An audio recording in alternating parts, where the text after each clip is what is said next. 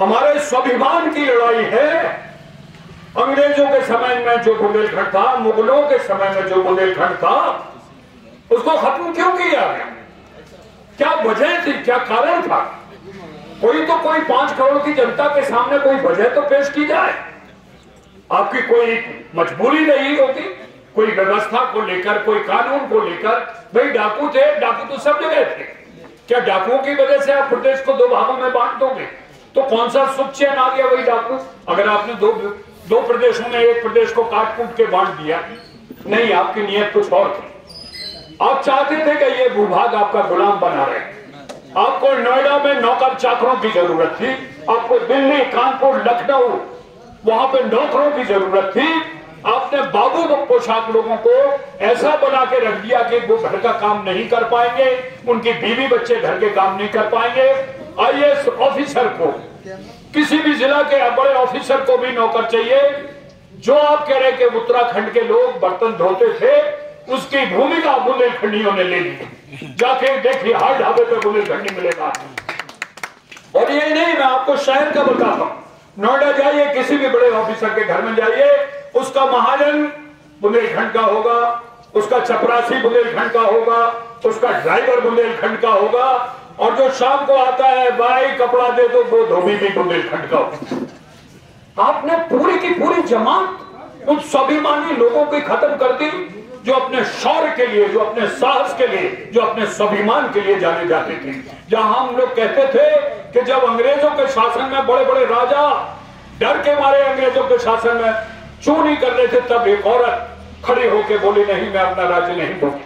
हम उस शासन के लोग, हम उस स्वाभिमानी सत्ता के लोग 70 साल से उत्तर प्रदेश और मध्य प्रदेश के गुलाम बने बैठे हैं।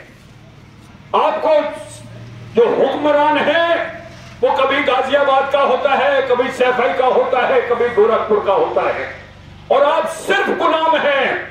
वो जो कहता है वो आप वही करते हैं, जो वो देता है आप वही लेते हैं। आप में तो इतनी ताकत नहीं कि ये कहो कि 7 नदियों का पानी हम तुम्हें नहीं देंगे, ये हमारा पानी है। आप में तो ये भी ताकत नहीं कि ये कहो कि हम 4 जगह बिजली बनाते, फिर अंधेरे में हम क्यों बैठे 8-10 घंटे। आप क्यों नहीं कहते कि 80% बुंदेलखंड का आदमी किसान है, और आपका किसान किस तरह से मर रहा है ये हमें पता है। खाद के लिए भी उसको मरना होता है, सिंचाई के लिए भी उसको मरना पड़ता है, और जब गल्ला बाहर बाजार में बेचना है तब भी आड़तिया खोल के सामने उसको गड़गड़ाना पड़ता है। आपने पूरी की पूरी गुलामी की नस्ल तैयार करके खड़ी कर दी, और आप कहते हो कि बुंदेलखंड के लिए हमने योजनाएं बेची। हर पार्टी पिछले 70 साल से कह रही है, कह रहे भाई हमने तो बुंदेलखंड के लिए ये किया। चारों पार्टी जो इस प्रदेश में राज करती रही, बड़ी बड़ी, नाम गिनाने की जरूरत नहीं, आप सब जानते हैं। सब हर साल जब भी उनको मौका मिलता है, अरे हमने बुंदेलखंड के लिए ये किया, हमने बुंदेलखंड के लिए भला काम किए, हमने इतने डैम बना दिए, हमने इतनी बिजली बना दी, हमने इतनी योजनाएं दे दी। अरे तो फिर भाइयों, उस बुंदेलखंड में तो राम राज होना चाहिए भाई। 70 साल से जो योजनाएं आपने परोसी हैं, तो फिर राम राज होना चाहिए।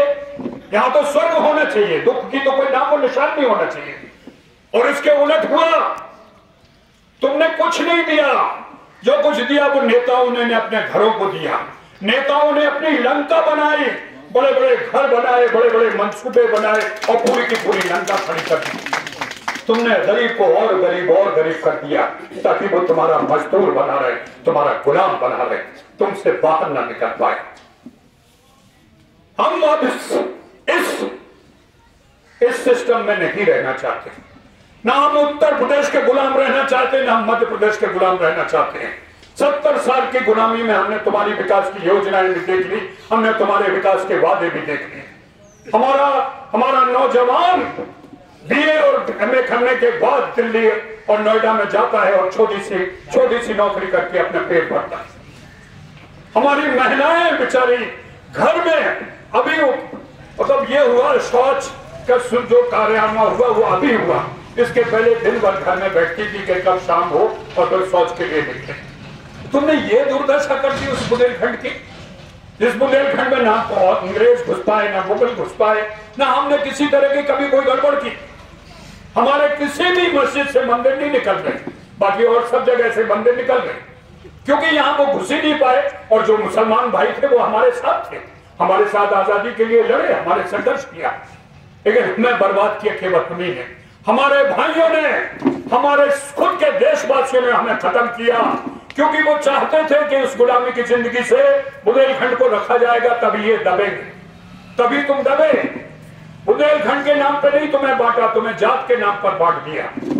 तुम्हारे अंदर ये भावना पैदा कर दी कि तुम ओबीसी हो, तुम एससी हो, तुम बामन हो, तुम ठाकुर हो, तुम उसी में लड़े मर गए और तुम भूल गए तुम्हारी संपदा क्या है।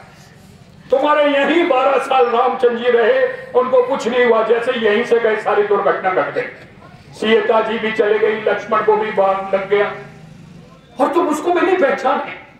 तुम उन नेताओं को वोट देते हो जो नेता तुम्हारे साथ बुनियादी तौर पर छल करते हैं। हम तुम्हें बताते हैं कैसे छल करते हैं। एक नेता आएगा तुम्हारे शहर में, एक नेता आएगा तुम्हारे गांव में, आएगा, भैया ये लोग 5-10 मानाए हैं, मैं नेताजी आ रहे, जरा पहना दियो।